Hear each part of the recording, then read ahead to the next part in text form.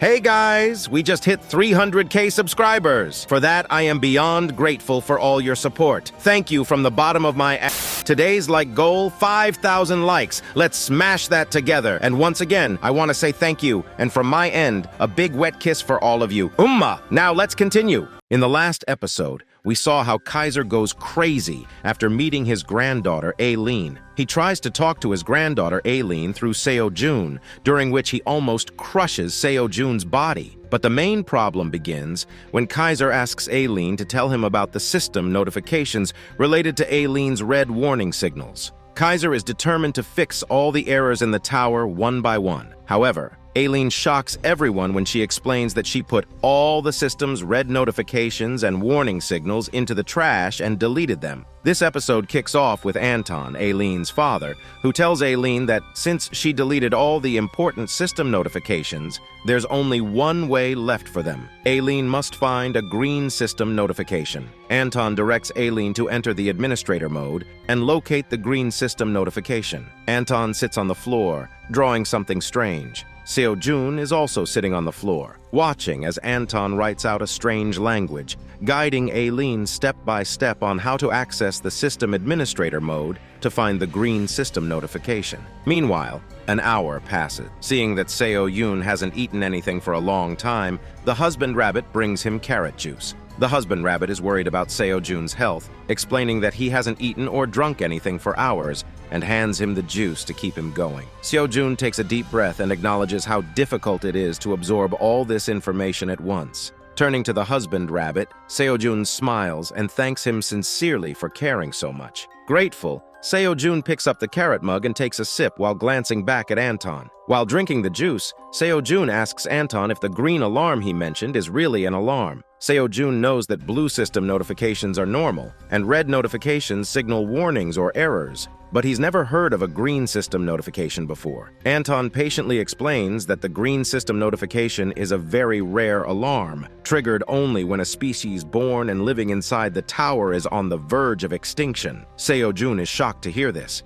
He had no idea that the tower issued alarms when species were about to go extinct, or that the tower manager was responsible for resolving these issues. Seo-jun asks if it's the tower manager's duty to oversee the well-being of all the species within the tower and ensure none are wiped out. Anton nods, explaining that the balance of the tower is the most critical aspect of the tower manager's job. The tower manager must ensure monsters coexist peacefully and that all outside intruders are eliminated. Seo-jun is startled and points at Anton, asking if he himself is considered an intruder since he came from outside the tower. Seo-jun recalls encountering red locusts, monsters not born in the tower, wreaking havoc and destruction. Seo-jun has killed hundreds, maybe thousands of these red locusts. So does that make him an intruder just like them? Anton laughs and reassures Seo-jun that he and the red locusts are completely different. He explains that red locusts are viruses, beings that entered the tower without permission. They devour everything in their path and pose a threat to the tower's balance. However, if a being enters the tower without causing harm, the tower has no issue with their presence. If a being enters the tower without permission and causes destruction like the red locusts, that being is considered an intruder. On the other hand, Anton explains that humans who have entered the tower are not intruders, even though they did so without the tower's permission. Anton further clarifies that the permission granted to beings within the tower is entirely the tower's own will. Even Anton, despite his vast knowledge, doesn't fully understand how this works. Who enters the tower? Who leaves? The tower itself decides. It is a higher being, an enigmatic force beyond Anton's comprehension. Anton points his claw toward the red locust, emphasizing how humans benefit from the tower. When humans enter, fight monsters, and survive, they are rewarded with incredible treasures, all designed by the tower itself. Anton reassures Seo-jun, telling him there's no reason to worry about his place in the tower. Seo-jun listens intently as Anton smiles slightly and adds, "But if any human dares to mess with the tower or causes harm, the tower will punish them harshly." Hearing this, Seo-jun laughs, realizing that his presence in the tower is not considered an error. He is safe on the 99th floor, far from any threat posed by the tower manager. Just as Seo-jun begins to feel at ease, Aileen interrupts in a panicked tone. She declares there has been a huge mistake. Seo-jun, confused, immediately asks her what's wrong. Aileen explains that the moment she entered administrator mode, she received a green system notification. The notification states that a monster called Blue Carp, residing in the lake of Zanka, is on the verge of extinction. Seo-jun and Anton are shocked to hear this. Anton communicates telepathically with Aileen, urging her to proceed with the plan. He reminds her that she knows exactly what needs to be done. He instructs her to immediately initiate the secret plan. Seo-jun, observing this exchange, is utterly baffled, unable to comprehend what secret plan they're referring to. Without hesitation, Aileen becomes deadly serious. She grabs her crystal ball, activates her magic, and shouts a secret word. The moment she utters the incantation, her magic ball begins floating in the air. Suddenly, Aileen enters admin mode, a process Anton had carefully explained earlier by drawing the sequence on the floor. Inside admin mode, countless blue system notifications appear before Aileen. She navigates through them with precision and opens a new system notification. There, she types a critical command: appoint Seo-jun as the second tower manager. As soon as she completes the command, Seo-jun's name begins to sparkle in the crystal ball. Moments later, at least 5 to 10 additional system notifications flood the screen, each detailing administrator rights and technical configurations. All these rights are transferred to Seo-jun. Aileen smiles slightly, satisfied with her work. Suddenly, a system notification appears in front of Seo-jun's eyes, informing him that the current tower manager has officially appointed him as the second tower manager. The notification further states that Seo-jun now has a critical mission: go to the 75th floor and save the blue carp monster from extinction. As Seo-jun processes the information, his hand begins to glow. Bringing his hand closer to his face, he notices a blue-black dragon tattoo has appeared on it. Seo-jun is stunned and struggles to understand what the tattoo signified. Anton steps in to explain. This tattoo is a symbol, marking Seo-jun as the second tower manager. It is a rare insignia associated with the Great Black Dragon. Anton elaborates that in almost all cases, this tattoo is exclusive to other dragons and is never given to an outsider. Anton adds with a serious tone, if anyone sees this tattoo, they will assume you are a great black dragon in human form. This revelation stuns Seo-jun. Anton concludes by explaining that because of the tattoo's significance, no one will dare to trouble or harm Seo-jun, as they will believe he holds the immense power of the Great Black Dragon. While Seo-jun was still processing all the information, another system notification appeared before his eyes. The notification stated that Seo-jun would be teleported to Lake Xanark on the 75th floor. Hearing this, Seo-jun started to panic. His voice trembled as he told Anton that he would have to leave for the 75th floor in just a minute. Seo-jun was not ready. He hadn't even prepared. Since arriving at the tower, Seo-jun had never left the 99th floor. He hadn't visited any other floors, nor was he strong enough to survive the 75th floor alone. His fear took over as he frantically looked at Anton, worry etched across his face. Seo-jun shouted, "How am I supposed to fight alone?" The panic in his voice grew. "What if the 75th floor is already destroyed? What if it's all on fire? I'll fall straight into the flames and burn to death." Anton, seeing Seo-jun's state, quickly reassured him. Anton said with a calm yet firm tone that Seo-jun needn't worry. He had already planned for this. Anton explained that Seo-jun wouldn't go to the 75th floor alone. Since Seo-jun was now the second tower manager, he could take others with him. Anton firmly stated that he would accompany Seo-jun. He turned to Aileen and instructed her to grant him the rights to travel alongside Seo-jun. Aileen immediately got to work. Following the instructions Anton had given her earlier, she entered admin mode. With determination, she reached the option to make Anton a subordinate of Seo-jun. As soon as she pressed the subordination button, a list of monster icons appeared before her. The Minotaur, the 99th floor boss, Bear Mom, and many more were on the list. Aileen selected Anton, but as soon as she did, her face turned pale. A system notification appeared, declaring that Aileen had insufficient magic power to make Anton a subordinate and send him to the 75th floor. Aileen was shocked. Speechless, she froze for a moment. Seo-jun, hearing the notification, panicked even further. The panic intensified as the system announced, 10 seconds until teleportation. Seo-jun's anxiety spiraled. He clutched his head, pacing and shouting, "Stop this process! Do something! Send someone with me!" Aileen's mind raced. She thought if not Anton, maybe she could send Ox King or Baby Bear Mom, but when she selected them, the system rejected her again. Insufficient magic power. Seo-jun received the same notification.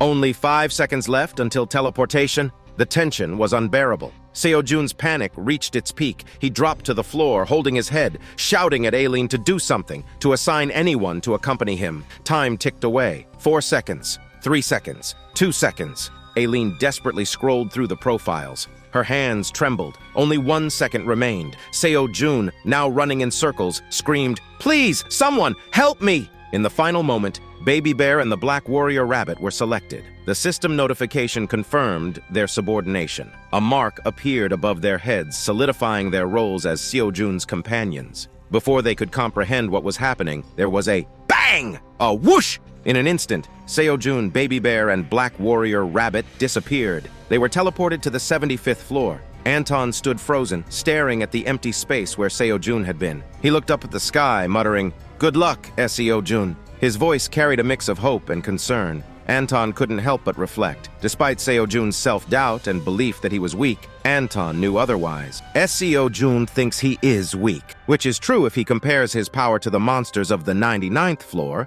but on the lower floors, Seo-jun is much stronger than he thinks. On the other hand, the scene shifts, and we see that the system notifies Seo-jun that he has reached the 75th floor. With a slight bam, Seo-jun falls flat on the ground. Along with him, the baby bear lands gracefully, holding a huge club on his back, which could shrink inside. The Black Warrior Rabbit, however, stumbles and falls face first with an onion plant still clutched tightly in his hands. Seo-jun falls flat on his back, while the baby bear and the warrior rabbit land on their feet, maintaining perfect balance. Seeing Seo-jun's clumsy fall, the baby bear and Black Warrior Rabbit turn around quickly, worried sick, and start asking Seo-jun if he's okay. The Warrior Rabbit calls him Uncle, while the baby bear, as usual, calls him Daddy. This small display of care brings a warm feeling to Seo-jun's heart. Despite being in this dangerous situation, Seo-jun feels relieved. He's not alone. At least he has the baby bear and the Black Warrior Rabbit by his side on the 75th floor. Slowly, Seo-jun gets up, brushing himself off and looking around. He immediately realizes this place is vastly different from the 99th floor.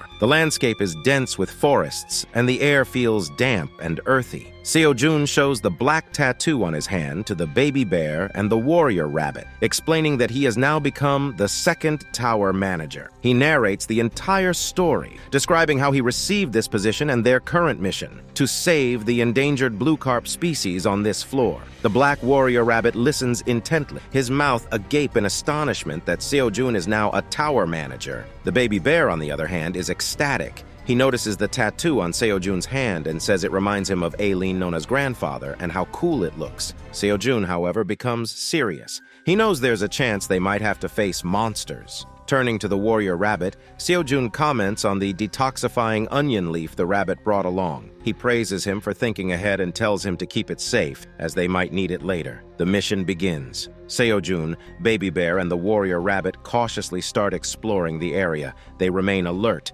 moving carefully through the unfamiliar terrain. However, as they venture further, Seo-jun freezes in his tracks. What lies before him leaves him speechless. A breathtaking blue lake stretches out below them, reflecting the bright sky above. The scene is utterly beautiful, like something out of a postcard. From their vantage point on the hill, they take in the serene view. The baby bear and Black Warrior Rabbit stand in awe, their mouths agape. Even Seo-jun is taken aback, his face lighting up with a gentle smile. For a few minutes, they simply stand there, mesmerized. The baby bear comments that he's never seen so much water in one place, especially not on the 99th floor. The warrior rabbit agrees, calling the scene stunning. Seo-jun, seeing their pure joy, feels a warm smile creep onto his face. Breaking the serene moment, Seo-jun says with a playful tone that since this is their first time venturing beyond the 99th floor, they should take a moment to have some fun. Without warning, Seo-jun dashes down the hill and jumps into the water. The baby bear and warrior rabbit follow suit, leaping after him. A lively water fight ensues. Seo-jun splashes water on the baby bear and the warrior rabbit, who retaliate with gusts of water. Laughter echoes around the lake as they play like children. But the baby bear, determined to win, suddenly grows in size, creating a massive splash that sends a wave crashing over Seo-jun and the warrior rabbit. Seo-jun barely escapes the gigantic wave. The baby bear stands victorious, grinning triumphantly. They continue playing for hours, throwing water at one another, laughing and enjoying the rare moment of peace. Eventually, exhaustion catches up with them. The baby bear lounges in the lake, using his fluffy belly as a float. Seo-jun lies on top of the baby bear, relaxing. The black warrior rabbit continues splashing around, still full of energy. After a few hours, they gather around a small campfire Seo-jun has built. He dries his white t-shirt, which, mysteriously, remains pristine despite everything it's been through. Maybe it's a divine white t-shirt, Seo-jun jokes to himself. Finally, once the shirt is dry, Seo-jun puts it back on. Looking at his two companions, he smiles and asks, "Did you guys enjoy playing in the water?" The baby bear is overjoyed, splashing around in the water, but suddenly he shouts that he is very hungry. On the other hand, the black warrior rabbit, fluffing his fur, comments that his coat has become incredibly fluffy after bathing. Seo-jun, chuckling, tells his companions that he too is starving, but since they had to leave in such a hurry, he didn't bring any food with him. Looking around, Seo-jun suggests that since they're in a jungle area, they might find something edible if they explore the surroundings. With that, the scene shifts. Seo-jun, the baby bear, and the black warrior rabbit begin trekking through the dense forest. While walking, an idea strikes Seo-jun. There must be a village area somewhere on the 75th floor. Seo-jun reasons that heading to the village will help them in multiple ways. They can eat and satisfy their hunger, gather information about the 75th floor, collect equipment and resources, and most importantly, understand the issue causing the extinction of the blue carp monster. Thinking about all the potential benefits, Seo-jun becomes visibly excited. As they move forward, Seo-jun also realizes that visiting the waypoint in the village would allow him to register his ID. This way, he could directly teleport from the 99th floor to the 75th floor in the future. Smiling at the thought, Seo-jun walks confidently ahead until he suddenly slams into an invisible wall. The impact is brutal. Seo-jun's face takes the full force of the collision and he collapses to the ground, clutching his face in agony. Black warrior rabbit and baby bear, seeing Seo-jun injured, immediately rush to him, visibly upset. Seo-jun, groaning in pain, explains that he didn't see the invisible wall and ended up badly injuring his face. Before Seo-jun can process what happened, a system notification appears in front of him. It states that Seo-jun cannot go beyond the radius of Lake Zanka. His mission is restricted to this area. Seeing this, Seo-jun's frustration boils over. He grabs the barrier and punches it as hard as he can, shouting, "This is so unfair!" Seo-jun laments that after being trapped on the 99th floor for so long, he was finally free, only to be trapped again, this time on the 75th floor. He can't even reach the waypoint to register his ID. Baby Bear, seeing Seo-jun's frustration, also strikes the barrier with his massive paw. But the invisible wall doesn't budge. A heavy stone hidden beneath the bush strikes his foot and flies several feet away. Seo-jun yells in pain, collapsing to the ground again, holding his injured foot. "How did I get hurt just by kicking a bush?" he shouts in disbelief. The baby bear, seeing Seo-jun in pain, becomes enraged. He growls loudly and marches toward the stone, vowing to avenge Seo-jun. The black warrior rabbit, equally infuriated, pulls out his hammer and follows. Seeing them both ready to fight, Seo-jun tries to stop them, fearing the unknown. Before Seo-jun can say anything, the baby bear picks up the strange object. Looking puzzled, he places it on his head and asks Seo-jun what it is. It's a pineapple. Seo-jun immediately recognizes it and shouts, "That's a pineapple!" He explains that it's a fruit, sweet and sour and incredibly delicious. The baby bear's eyes light up with joy. Hearing the word fruit, he grows even hungrier. Seo-jun suggests they cut it up and eat it right away. The scene shifts, and we see Seo-jun expertly slicing the pineapple into pieces. Its juicy aroma fills the air, making everyone's mouths water. Seo-jun takes a bite, a big smile spreading across his face. The baby bear and black warrior rabbit, holding their pieces of pineapple, taste it for the first time, and they're amazed by the sweet and sour flavor. They've never tasted anything like it. Seo-jun, reminiscing, tells them it's been years since he last had a pineapple. He used to hope every month that he could find pineapple seeds in the seed store on the 99th floor, but he never managed to find any. Now, holding the top part of the pineapple, Seo-jun says he can plant it on the 99th floor and grow more pineapples. The Black Warrior Rabbit, eager, suggests they look for more pineapples nearby, but Seo-jun says there's no need. They only need the top part to grow a new pineapple plant. Seo-jun then decides that they should search the 75th floor for any other fruits or plants that might be useful on the 99th floor. The baby bear, enthusiastic, raises his paw and shouts, "I'll help find more fruits!" However, before Seo-jun can respond, a strange sound interrupts them. They hear something emerging from the water. A system notification pops. Seo-jun freezes. Slowly turning around, he sees a massive frog's leg sticking out of the lake, heading toward them. The frog, standing upright on its hind legs, is almost as tall as Seo-jun. The sight leaves Seo-jun startled. A system notification pops up, explaining that this frog is one of the causes behind the extinction of the blue carp monster. Another notification follows, informing Seo-jun that 2,291 frogs have invaded Lake Zanka. These frogs are the primary reason the blue carp monster is dying out. Seo-jun is stunned. Before Seo-jun can think, hundreds of frogs begin emerging from the lake, croaking and hopping toward him. Seo-jun stands frozen, unsure of what to do. "How am I supposed to kill more than 2,000 frogs?" he mutters, gripping his weapon tightly as the horde closes in. And with that, the episode ends right here. Now I want every one of you to drop a big wet kiss in the comments. Let's see those kisses roll in.